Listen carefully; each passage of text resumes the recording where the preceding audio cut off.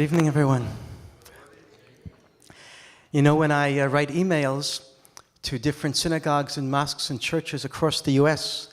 to try and arrange gigs here in the U.S. for myself and Ali, I always recommend to them that if you're a synagogue, why don't you have an event inviting a mosque to join you? If you're a church, why don't you have an event inviting a synagogue to join you? Multi-faith events bringing people together, because that's what Ali and I are about. In this particular venue, I don't have to ask that you bring people from other faiths to hear us speak, because that's what this place is about. And I really feel that this is really the place that's going to resonate with our message, and I'm already resonating with who you are. So, Craig, wherever you are, thank you for what you've created here, and thank you for having us, and thank you to everyone.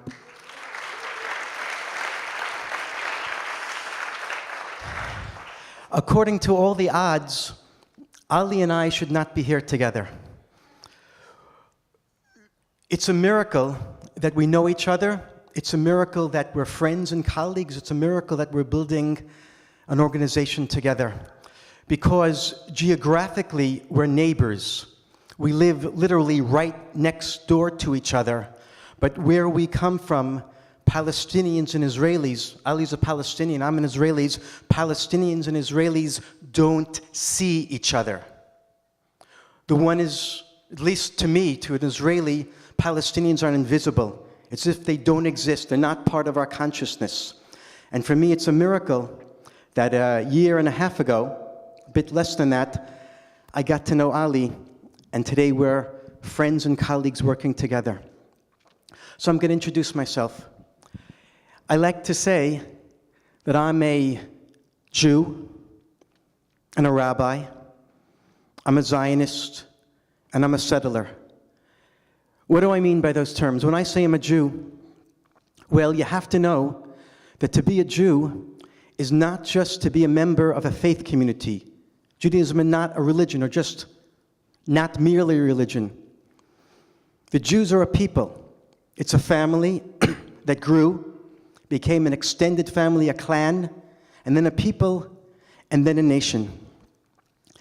And the Jewish nation, that's what we are, from the very beginning, from our very creation, has been a nation centered in the land of Israel, the one that's pictured there on the map. From the book of Genesis, when Abraham was chosen to be a first Jew, he was told by God, I will give you that land, and you will become a great nation in that land. And throughout Jewish history, we've had 2 Jewish commonwealths. Now we're on the 3rd. I'll talk about that later. Throughout Jewish history, we've been a nation centered in a land. I want to say one other thing about being a Jew, which is that my consciousness of who I am, my identity, is not Hanan Schlesinger, born 58 years ago and dying tomorrow or another 5 years, 10 years, 20, 30 years. My consciousness is Hanan Yisrael, Jew, and I was born 3,000 years ago. When Abraham, the prophet, when Abraham, our forefather, walked in the land of Israel, that's when I was born. And his life is part of my life. Abraham, Isaac, Jacob, Joshua, King David, King Solomon, that's part of who I am. I'm not just part of a chain. I'm not just a link in a chain. I am that chain. And that chain began so many years ago, and it's not ending with me. It's going on forever. I'm going to live forever because the Jewish people is eternal. And it's horizontal and it's vertical. In other words, it's all the Jews that ever lived, and that includes also all the Jews living today. They're all not just brothers and sisters of mine. We're all part of one mission, one nation, one identity. An identity that's always been connected, like I said, to a land, the land of Israel. When I say I'm a rabbi, briefly, I'm connected to the texts and the traditions of the Jewish people. I've been teaching Jewish texts for 30 years. When I say I'm a Zionist for me is a Jew who understands that at this juncture in human history, 20th century, 21st century, the time has come for the Jewish people to reconnect to the land of Israel. The time has come to consummate, to reconsummate our ancient connection to our ancient homeland. Because although we were born in the land, And for 1,000 years, the Jewish people lived in our land and had a state, a first and a second commonwealth in our land. For the past 2,000 years, we've been outside of our land. We've been wanderers. We've been in a diaspora. We've been in exile. We've been hoping. We've been praying. We've been looking forward to the day. We've been looking at the prophecies in the Bible that say that you will come back one day. And in this generation, we've come back. And for me, a Zionist is someone who feels that the time is ripe to come back. Historical connections have, historical situations, circumstances have made it time to come back, and we're back, and we are recreating the nation that was once there and always meant to be. And when I say that I'm a settler, you've all heard that term in the newspapers, the media, and for many of you, I assume it's a kind of a bad word. Is that true? Here you're looking at one. A settler is someone who lives geographically in the West Bank. You have the map over there, right, between, can you notice the area above and below Jerusalem on the right side, between the Jordan River and the line you have over there? That's the West Bank. A settler is someone, a Jew, an Israeli, who lives in the West Bank. But that's not the way I define it. A settler is someone who lives in Judah and Samaria. That's what we call it. Excuse me.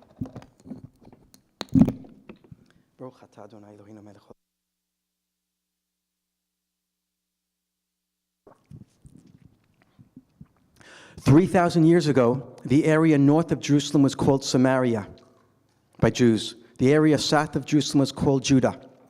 A settler is someone who, being part of the return of the Jewish people to our land in this generation, 20th and 21st centuries, a settler is a Zionist who wants to come back to the biblical heartland, come back to where the Jewish people was born, to come back to where Jewish history always was beating. The beating heart was there because, although it's true that the coastline there, Haifa and Tel Aviv and Ashdod on the Mediterranean, they're part of the ancient land of Israel. They're part of the land that God promised to us, but that's not where Jews lived primarily throughout Jewish history. We lived north and south of Jerusalem. We lived in what's called today the West Bank, what Jews have always called Judah and Samaria. And if I'm in this generation coming back to the land of Israel to reconsummate our ancient homeland and to build the Jewish sovereign state for the third time, I want to do it where Abraham, Isaac, and Jacob walked. I want to do it where King Solomon and King David had their kingdom. I want to be where the miracle of Hanukkah happened. I want to be where the Bar Kokhba rebellion took place 2,000 years ago. I want to be in the center of Jewish history. So in 1967, when Israel conquered the West Bank, what happened from my perspective is that the gate was opened for Jews to come back and walk in the footsteps of Abraham, Isaac, and Jacob, to live right where Abraham is buried, in the city of Hebron, to be where King David had his capital, in the old city of Jerusalem. For me, living my life where I live in Judea, right south of Jerusalem, that's the greatest possible fulfillment and culmination of Jewish history and Jewish meaning and Jewish identity. I walk the roads of my town Alon Shvut, my settlement of Alon Shvut, and I'm walking where Abraham, Isaac, and Jacob lived. I'm walking where the Bible happened. And there can be nothing more powerful and more significant than that. I thank God that I am alive in this generation. I was able to come back to the land that my forefathers in the Middle Ages only hoped and prayed for, but never managed to see and walk in. And I believe that the truth and the power and the righteousness of that story I just told you, that narrative, that identity, I believe that the truth and the power and the righteousness of that narrative have blinded me for most of my life to another truth, to another people.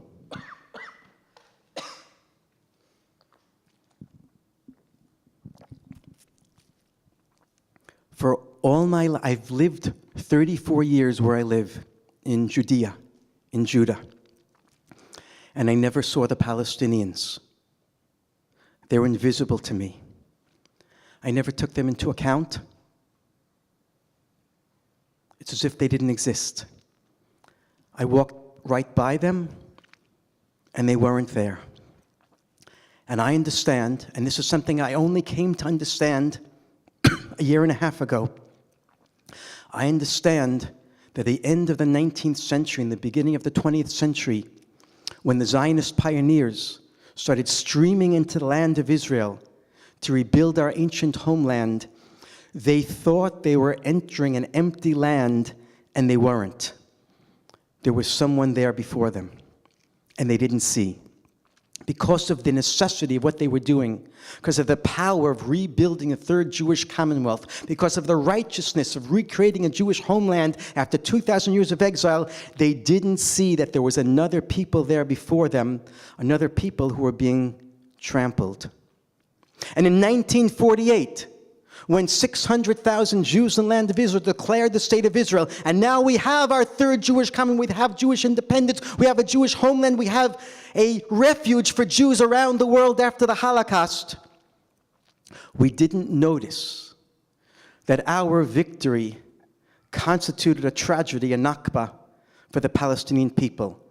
They weren't there, and we didn't see the Palestinian refugees streaming out of the cities that were becoming our Jewish cities. We didn't see the Palestinian diaspora that we were creating. We didn't see. And in 1967, when Israel reconquered the West Bank, Judah and Samaria, when the opportunity was created for me to go and live where Abraham, Isaac, and Jacob lived and worked and cried and died, when an opportunity was created, we didn't notice that in repopulating Judah and Samaria, we were taking over, we were conquering, we were occupying over 1 million Palestinians who had been there for hundreds of years. We didn't see them. And for 34 years of my life, I didn't see them. And that began to change when I met Ali Abu Awad. And I want to tell you the story. You know, Craig introduced us, and he said, you can notice who the rabbi is, and he probably meant me. For me, my rabbi is sitting over here, because he's opened my eyes up to a reality that without him didn't exist in my consciousness for most of my life. So I get an email from a Protestant pastor in Reston, Virginia, who said he had heard through the grapevine that I was interested in meeting Palestinians. And at that point, a year and a half ago, I'd never, ever, ever met a Palestinian. And he said that he comes to the Holy Land once or twice a year, meets Palestinians, meets Israelis, and introduces them one to the other. So we made a meeting. Pastor John Moyle came to my house. He heard my story, and he said, I want you to meet someone next week. He gave me a time, Thursday afternoon, and he told me where to go. And when the time came, I opened the front door of my house, and I told my wife where I was going, and she said, don't go. It's dangerous. And I went anyway. And I opened the front door. I walked 20 minutes through the Palestinian vineyards and fields and orchards that surround my house. I want to emphasize, I only had to walk by foot 20 minutes to meet the neighbor that until then didn't exist for me. And my heart was pounding as I walked through the fields because it's dangerous. And I was going to a Palestinian farm. And I got there, and I saw the strangest thing. I saw something that cannot happen where we live. I saw 20, 25 Israelis, 20, 25 Palestinians in the same place. And they were talking to each other, and they were eating together. It was like a party. Strange things happen. And I walked up to this woman who was dressed in brown from head to toe. I could only see her face. And we started talking. She knew English, and I know English as well. And one of the first things that was exchanged between us, I don't remember who said it first, was, I can't believe I'm talking to you. And the reaction was, I can't believe I'm talking to you. But we kept talking. And then she called over her husband. I was introduced to him as Jamal from Beit Umar. Now I know Beit Umar is right next to the settlement I live in, Alon Shvut. But of course I'd never ever been in Beit Umar. I want to tell you what I knew about Beit Umar until that point. When 30 years ago we had infants in the home, and you know sometimes parents get angry at their kids, it happens. My wife would curse at the kids who were making too much noise or crying, and she would say, go to Beit Umar. Translation into English, go to hell. And now I was meeting someone from hell. And he was a human being. And I have to tell you, I don't know how I can get this across to you, I was taken aback that I was talking to someone from hell. And he looked like a human being, and he talked like a human being. And he gets out his smartphone to show me on Google Maps where he lives in Beit Umar. And for a split second, I couldn't believe that a Palestinian has a smartphone. And he gets onto Google Maps much faster than I can ever do, and he shows me where he lives. And it turns out that he and I are neighbors, geographically neighbors, with a fence separating our house from their house. And I remember years ago, when the winds were blowing in the right direction, we can hear Palestinians talking in their homes at night, from the other side of the moon, from hell. And now I'm talking to someone from there. And I can't believe it. And he calls over his son, Yazin, and I see that Yazin, 17-year-old high school student, is wearing a windbreaker that says on it, Seeds of Peace. It's a camp in Maine that brings Palestinian Israeli kids together during the summer to get to know each other. And I see a Palestinian from Beit Umar wearing a windbreaker that has the word peace on it. And it couldn't be. Palestinians are only terrorists. They only are interested in throwing rocks at us and doing worse. And this kid has the word peace emblazoned on his jacket, and he starts talking to me about the things he learned in the camp, about reconciliation between Israelis and Palestinians. I couldn't believe it. So Jamal says to me at a certain point, he says, Hanan, when my kids see someone with a big kippah like yours, a yarmulke, they start to cry. And I said to him, why do they start to cry? And he didn't understand why I was asking. So he said, well, because people with big kippot like yours, they have long beards. And he thought I'd understand, but I didn't get it. Then he said, well, people with long beards and kippot, they carry submachine guns and they shoot at our kids. And I had no idea what he was talking about until a light bulb went off in my mind, and I suddenly saw how he and his children see me.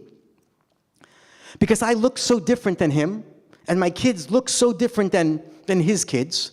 And of course, we sometimes go out into fields, the Palestinian fields, to feel the earth of the land of Israel under our feet, to see the ancient artifacts that my ancestors left behind 2,000 years ago. And we walk in the fields with our students and our families and our wives and our children. Of course we carry submachine guns, of course. It's par for the course. We're afraid of the bloodthirsty Palestinians.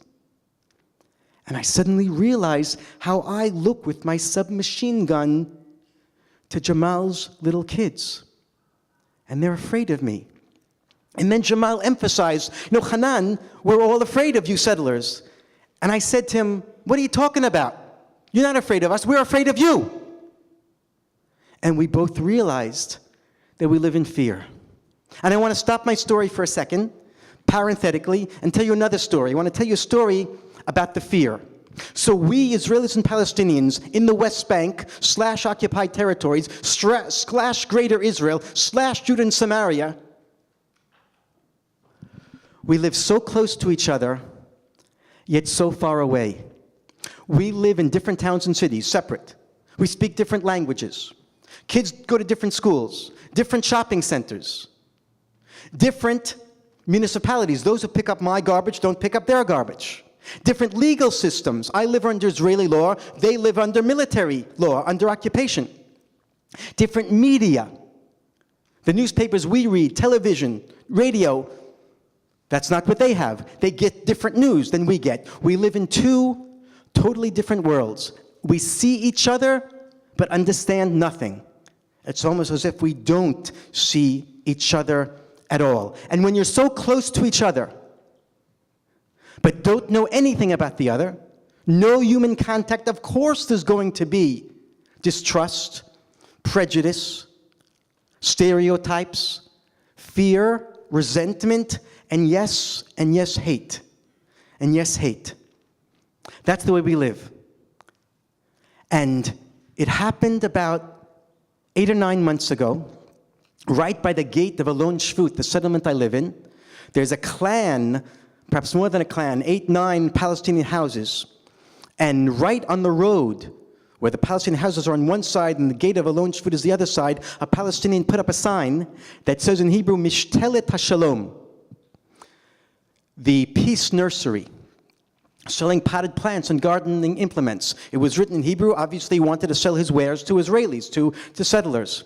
So I see the sign on the road for a few weeks, and then at home we needed a potted plant. My wife and I knew what we wanted. I said to my wife, why don't you go to Mishtelet Shalom to get this plant we need? And a funny thing happened. She did what I suggested. And it's not just that she's my wife. I was surprised she did what I suggested, but my wife, like most, 95% of settlers, would never be caught dead in a Palestinian establishment. But for some reason, she forgot herself and she went. She got in the car, 2-minute drive to the gate of Alon Shvut. She parked the car, got out of the car, and when she came back, half an hour later, she told me the following story. She said at the entrance to the place was a Palestinian youth who tried to help her, but he didn't know Hebrew so well. It was flustering for my wife and for him. And then the owner came over. He spoke Hebrew better, and my wife told him what she wanted. And he said, yeah. And my wife told me that he took me deep into the nursery. And the two of us went together, alone, into the hothouse. And at the very end of the hothouse, he showed me a certain plant that found favor in my eyes. And we walked out of the hothouse together with the plant. And on the way to the cash register, we passed a group of Palestinians, 3 or 4, eating and smoking and speaking Arabic. And then I got to the cash register, my wife said I paid, took the plant in the car, got home, here it is, and I'd never ever go back there again. It was the most frightening experience in my life. I barely got out of there by the skin of my teeth. And you're laughing and I was crying. I had no idea what to say to my wife because I knew that fear is irrational. And I wanted to say, Ayala. It was convenient. It was cheap. You got exactly what you wanted. It was so simple. But from my wife's perspective, she did something stupid. She risked her life and almost paid with her life. She was traumatized. That's the way we live. And here I am at this get-together on Ali's land, and I'm meeting Palestinians, and my stereotypes are breaking down right then and there. And then after we got together, after we spoke in little groups and ate and chatted together, those people who were left, 15 on each side approximately, we sat in a circle as the sun was going down. One of the Israelis spoke about who he is and why we settlers live here, and then Ali spoke. And you're about to hear Ali speak. I'd never ever in my life heard a Palestinian give a talk. He spoke about his life. He spoke without rancor, without hate. He described what it's like to live in Beit Umar under Israeli occupation. And I had no idea what he was talking about. I didn't know anything about occupation. All I knew that I was a Jew who had come back to the ancient homeland after 2,000 years. I was fulfilling God's will, and I am. And suddenly I hear that while I'm fulfilling God's will, someone else is suffering because of it. He spoke of occupation, he spoke of lack of rights, he spoke of going to jail, he spoke of being tortured. And it was really, really challenging to hear him speak, and it was really, really offensive. But I didn't hear him say anything that was false. He was taking the building blocks of history that I know. The return of the Jews to the land in 1947 and 48, 1967. But he's taking these building blocks of history and weaving them into a narrative so different than the narrative I know. I didn't know what to do with myself. And I walked out of there really confused and really perplexed. And I went home. One of the first things I did the next day is I started going on the internet to look what's going on here. And I read all these leftist websites that a rightist like me should never be caught dead reading. And I look at this stuff and it talks about the terrible things that the settlers are doing. And I felt that there's some truth in it. Because I've seen all the things that I was doing for 34 years. I saw but didn't see. It didn't penetrate me. But now all the pieces started falling into place. This guy Ali was not lying when he told me about the life of persecution he's experiencing. And I'd been in the army. I'd arrested Palestinians. I had been in a Jeep at 1 in the morning and broken into Palestinian houses and taken kids in their underwear, 14 and 15-year-old, into jail. I've done that, but I'd repressed it all. And now it's coming back to me.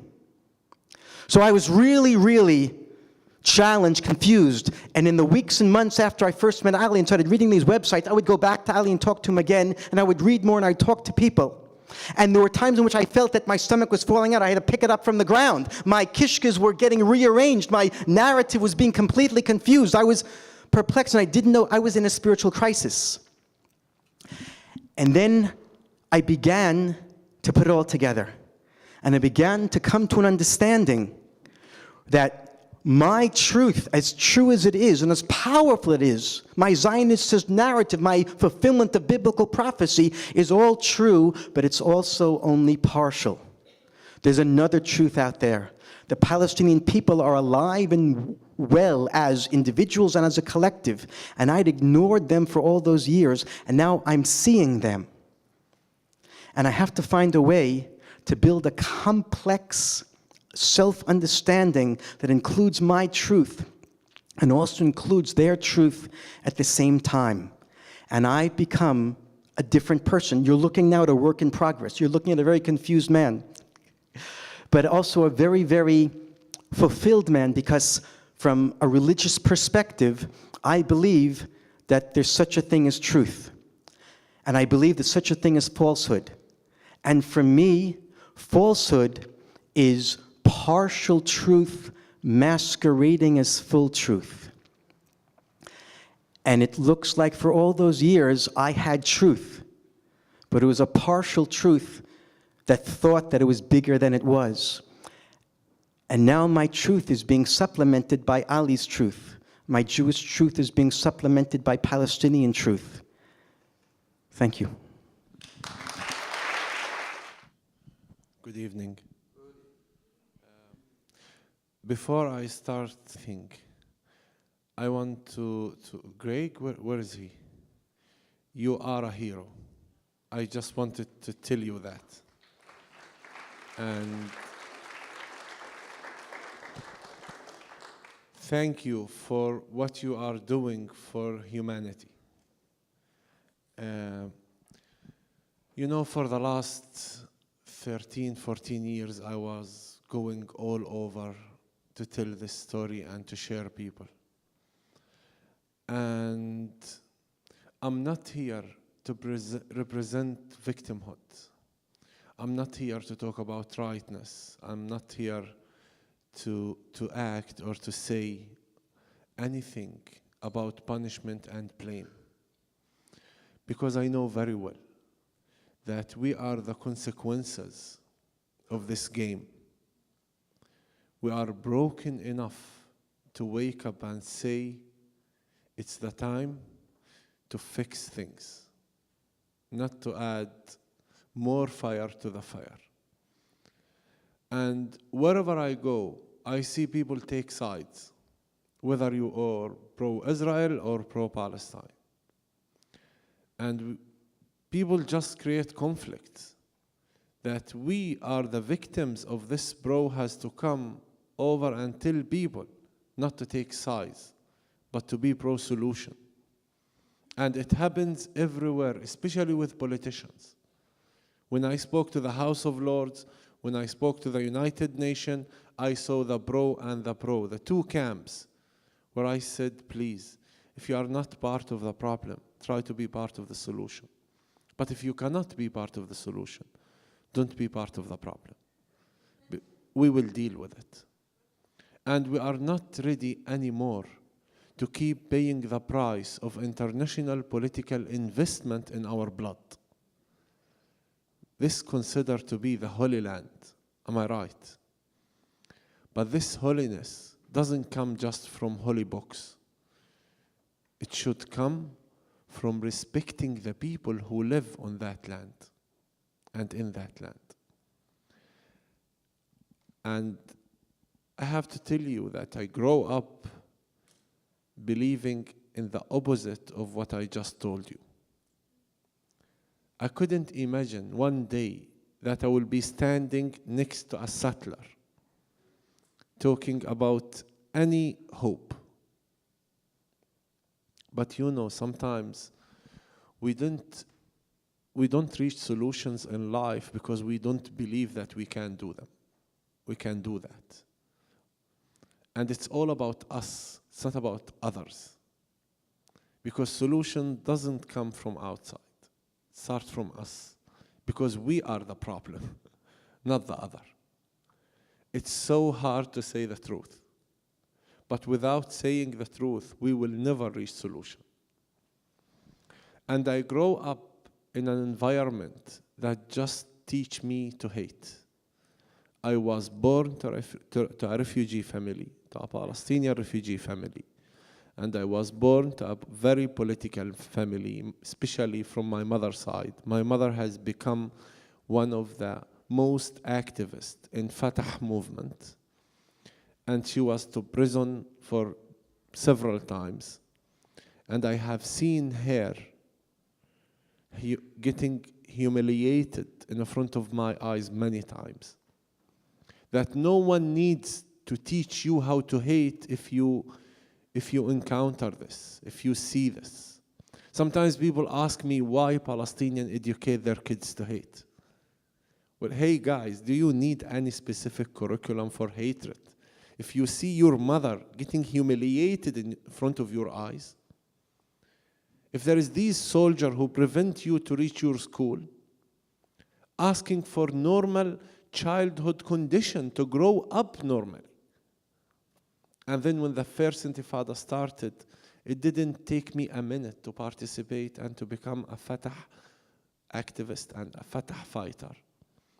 I was trained on Kalashnikov, which was when I was 15 years old. And it was heavier than me, than my body. But I was not able to kill anyone. The best success is to manage that anger, which eats you. It's not easy. But I was not Mandela, by the way. And I was angry enough to do crazy things. Because every single move in my life was controlled by the occupier. Every dream in my mind was forbidden. Every single normal act that I wanted to take for my life to grow up normally was forbidden. Then I was arrested, and I spent 4 years in the Israeli prison with my mother, where she spent 5 years. And actually going to prison was like going to the best university that you can imagine. Because Palestinian political prisoners have succeeded to keep their morality by building a system for themselves, creating 5 committees: education, management, national, security and negotiation committee, and create this structure which builds you to be a better person. So I have learned languages, and I have learned about many national experience and cultures and politics. But the best thing that I have learned is about the human being inside me. When me and my mother participated in a hunger strike for 17 days to meet each other, from prison to prison. That was the journey. This is what we call it, where we succeed to achieve something for the first time in our life from Israel, after struggling and starving for 17 days. And I think that event has changed my life, because for the first time,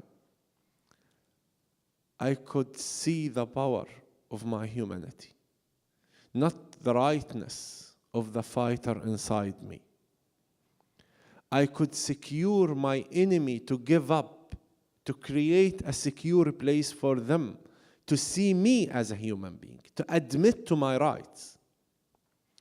But I could be right not by having this political argument of being a victim. But I was right because my way and my approach was moral enough to be right, without harming anyone, without attacking anyone.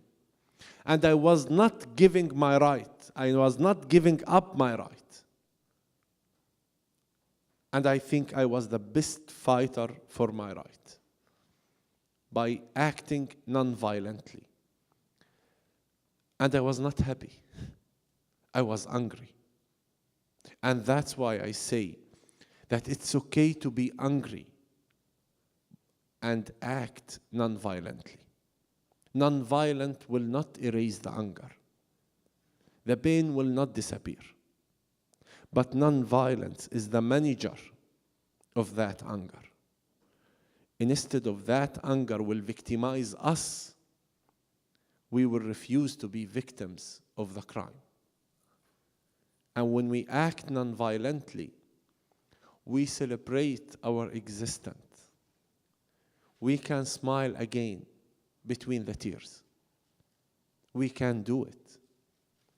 So that event has changed all of my mind.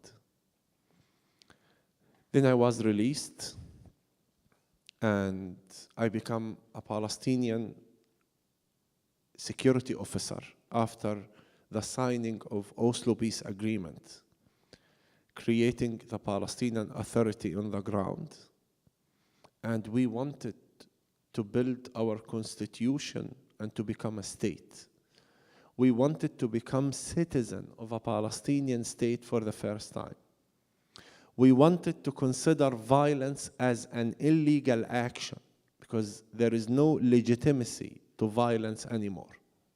But we couldn't do that for many reasons.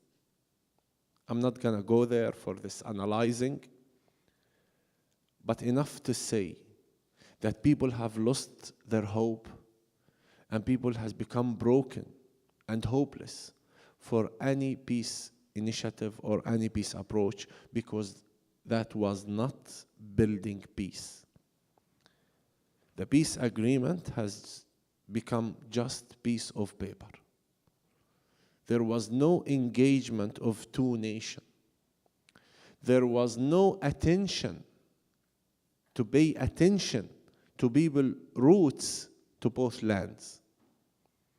And there was a political recognition which has become fake because we couldn't recognize the right of each other to exist normally and to serve our belonging to the land. So the whole thing collapsed. In 2000, I was badly wounded by a sutler in my knee, and I was sent to Saudi Arabia for medical treatment, where I received the news that my older brother Yusuf has been stopped by a group of Israeli soldiers and very violently killed. He was 31 years old, and he was a father of 2 kids, and he left them, and this huge package of pain and loss and anger that when he died, he took the taste of my life with him. That was the minute that I didn't want to live anymore. He was my best friend. And then you ask yourself, for what? What could worth such a price? Land, ideology, identity? I mean, the holy thing in life is our life itself. Human being life.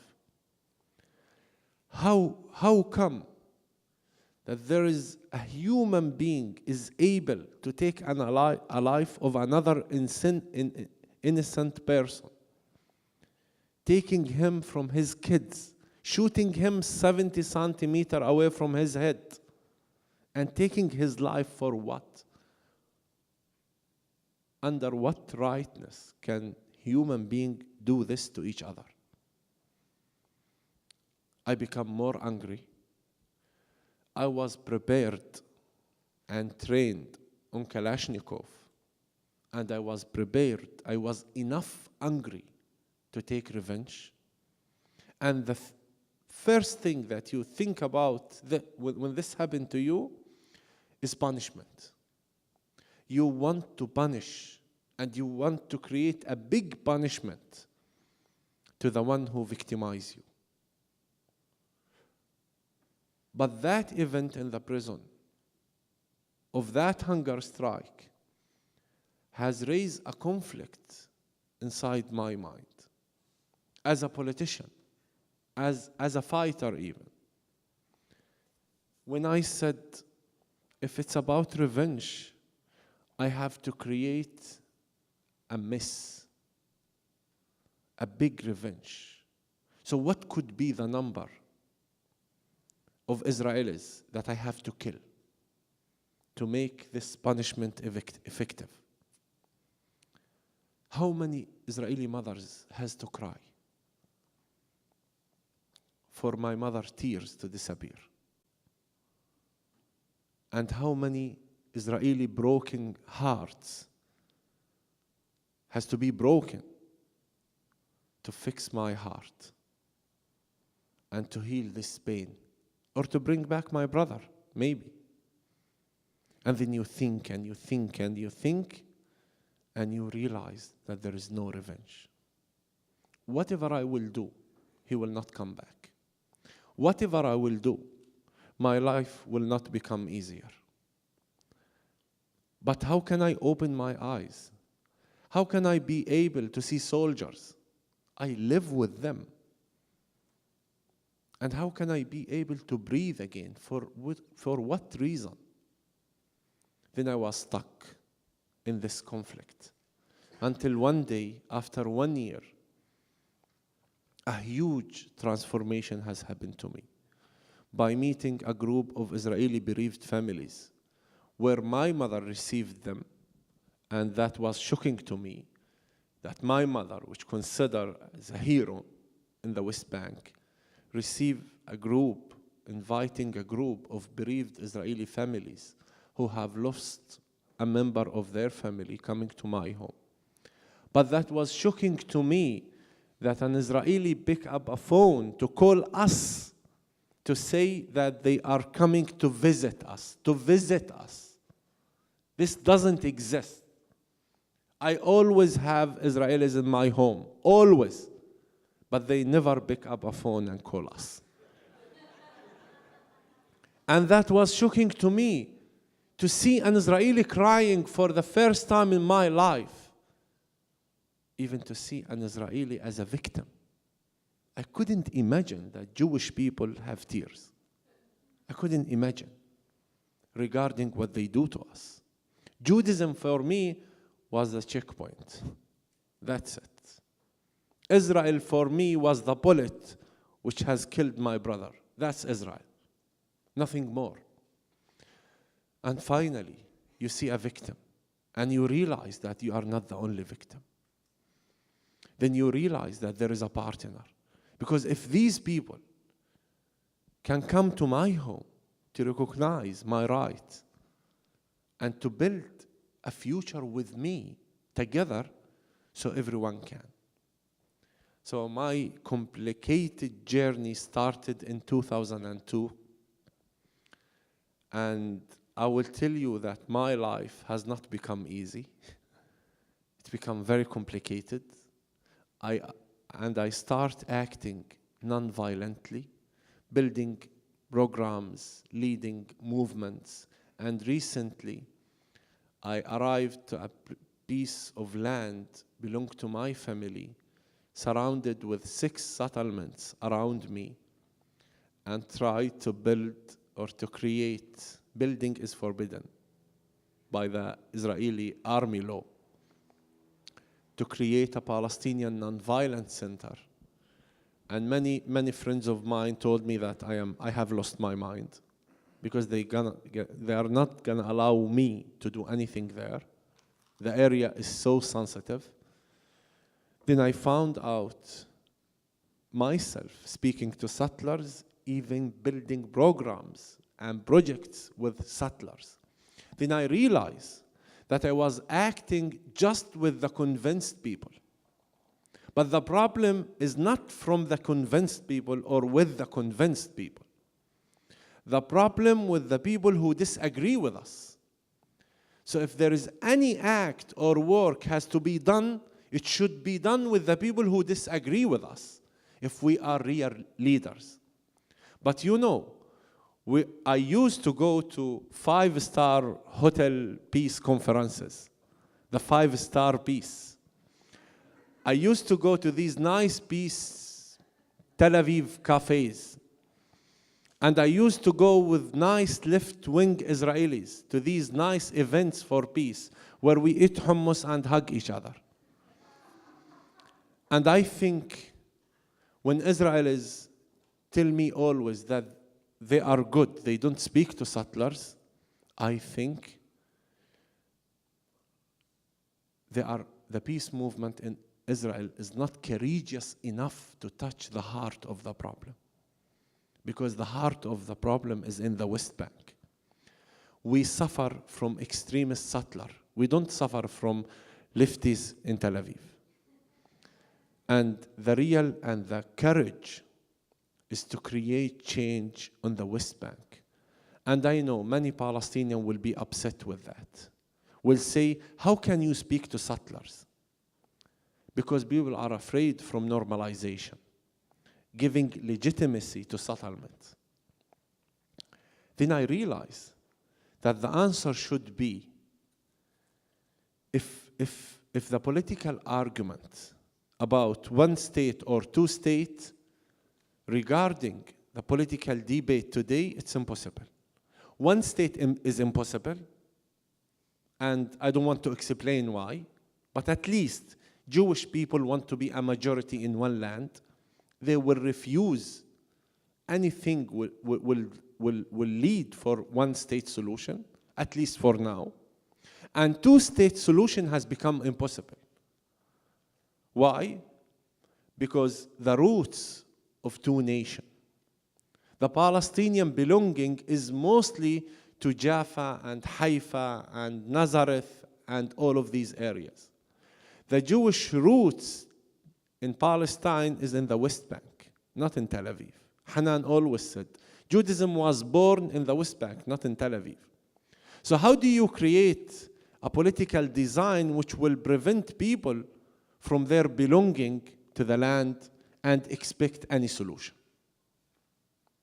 And I know it's complex, but I know very well that it's not impossible.